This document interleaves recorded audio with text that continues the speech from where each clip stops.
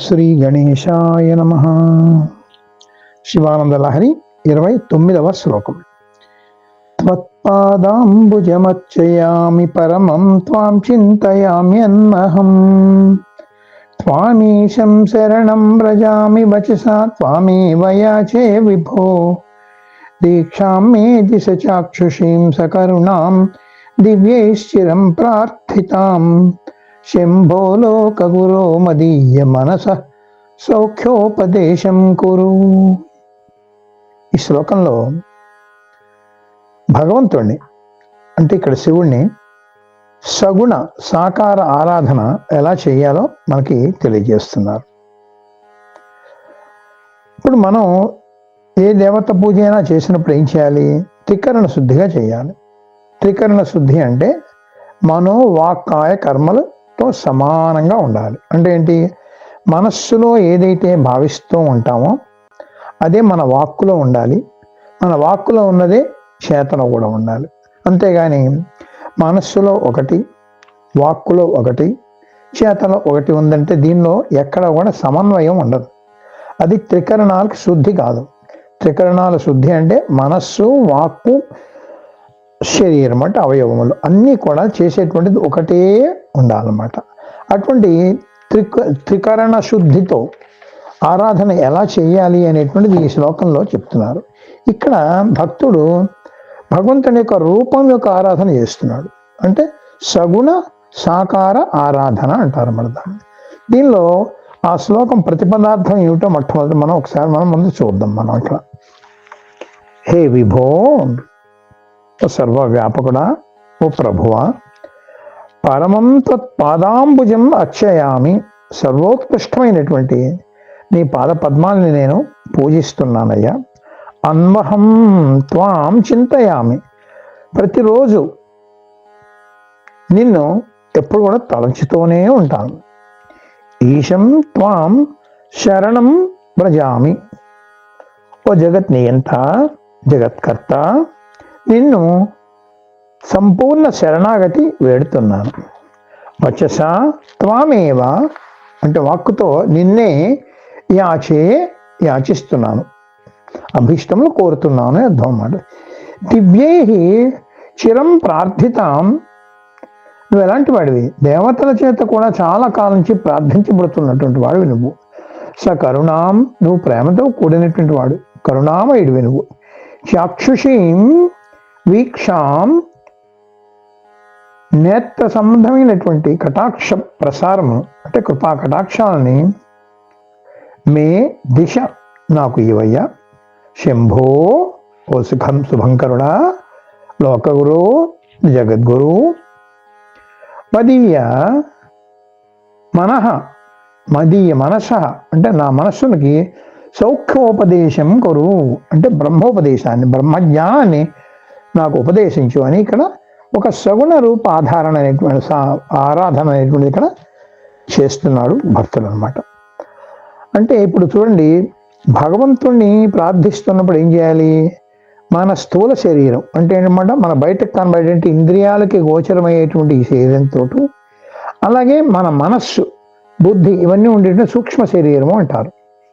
ఆ సూక్ష్మ శరీరంతోనూ అలాగే దీనికి కారణమైనటువంటి ఒక కారణ శరీరం ఉంటుంది. అది మనలో ఉంటుంది, ఆ పరమాత్మలో కూడా ఉంటుంది.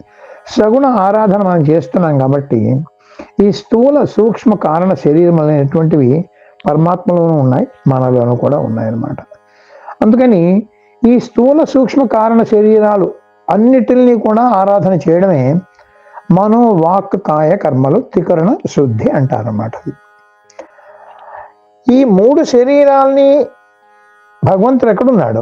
అంతర్బహిష్యత సర్వం, మన పైన మన లోపల. పైన అంటే స్థూల శరీరం, లోపలంటే సూక్ష్మ కారణ శరీరాలు అన్నమాట. అదే ఈ శ్లోకంలో మనకి చెప్తున్నారు అన్నమాట. భగవంతుడికి భౌతిక విగ్రహానికి మన శరీరంతో లేదా చేతులతోటి కూడా పూజ చేస్తూ ఉన్నాం.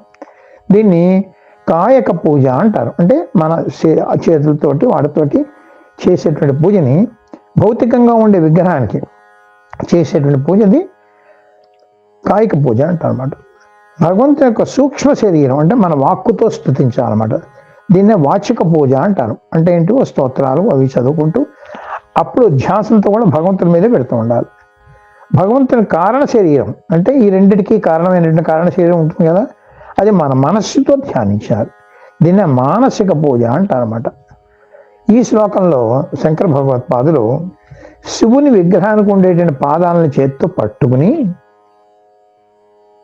అంటే భక్తుడు తరపున చెప్తున్నారు, ఆ పాదాలని చేత్తో పట్టుకుని కాయిక పూజన చేయాలట, అంటే అవయవాలతోటి. అలాగే వాక్కులతో శివుని సూక్ష్మ శరీరాన్ని స్తుతించాలన్నమాట. స్తోత్రాలు, ధ్యానాలు, మంత్రాలతోటి కూడా సూక్ష్మ శరీరాన్ని స్తుతించాలి. అలాగే మనస్సుతో శివుని యొక్క కారణ శరీరాన్ని ధ్యానించాలన్నమాట. అంటే ఈ ధ్యాన ప్రక్రియ అనేటువంటి ఎప్పుడు కూడా మనస్సుతోటే చేస్తాం కదండి అది. ఆ విధంగా అప్పుడు ఏమవుతుంది, ఈ మనస్సులో నువ్వు ఏ భావాన్ని నువ్వు ఉన్నావో, ఏ భావంతో నువ్వు భగవంతుణ్ణి ఆరాధన చేస్తున్నావో అదే నీ వాక్కులోనూ ఉంది, అదే నీ కాయిక కర్మల్లో కూడా ఉన్నదన్నమాట. మనోవాక్కాయ కర్మలు మూడు కూడా ఇక్కడ సమన్వయం అయ్యి ఒకటి, అదే త్రికరణ శుద్ధి అంటారన్నమాట. ఇలా త్రికరణ శుద్ధిగా ఆరాధిస్తూ సంపూర్ణంగా శరణు జొచ్చాలి.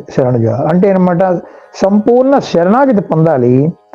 ఇలాంటి శరణాగతి దేవతలు కూడా కోరుకుంటుంటారు. అంటే ఈ దేవతలకు కూడా దేవుడు, ఆయన మహాదేవుడు కదండి ఆయన. అందుకని ఆ దేవతలు కూడా చిరకాలం నుంచి ఆ శివుడిని ఏమోను కోరుకుంటున్నారు.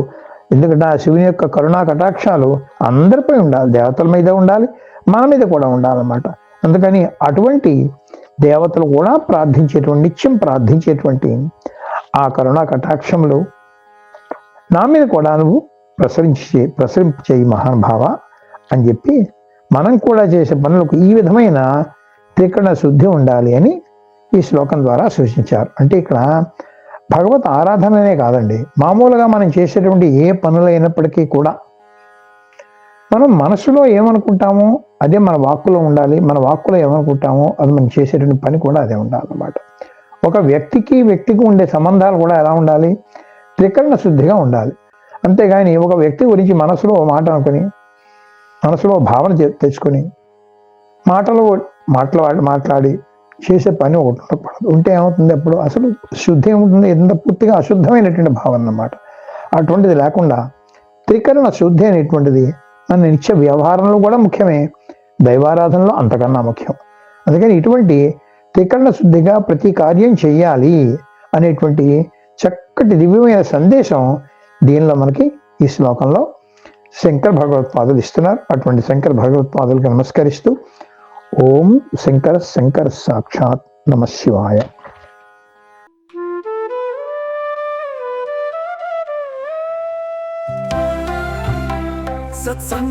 సత్సంగం భగవంతుని లీలలు, సాధు సత్పురుషుల గాథలు, మహాత్ముల జీవిత గాథలు,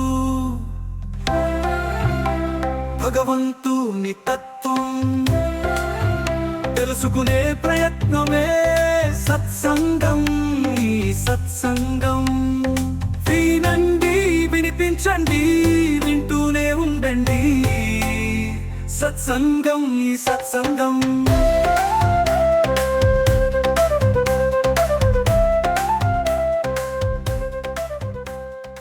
మన మోహనవాణి కార్యక్రమాలు మీకు నచ్చినట్లయితే వెంటనే ఒక లైక్ చేయండి, అలాగే కామెంట్ చేయండి, ఎక్కువ మందికి షేర్ చేయండి. సబ్స్క్రైబ్ చేసుకోకపోతే వెంటనే మన ఛానల్కి ఇప్పుడే సబ్స్క్రైబ్ చేసుకోండి. ధన్యవాదాలు.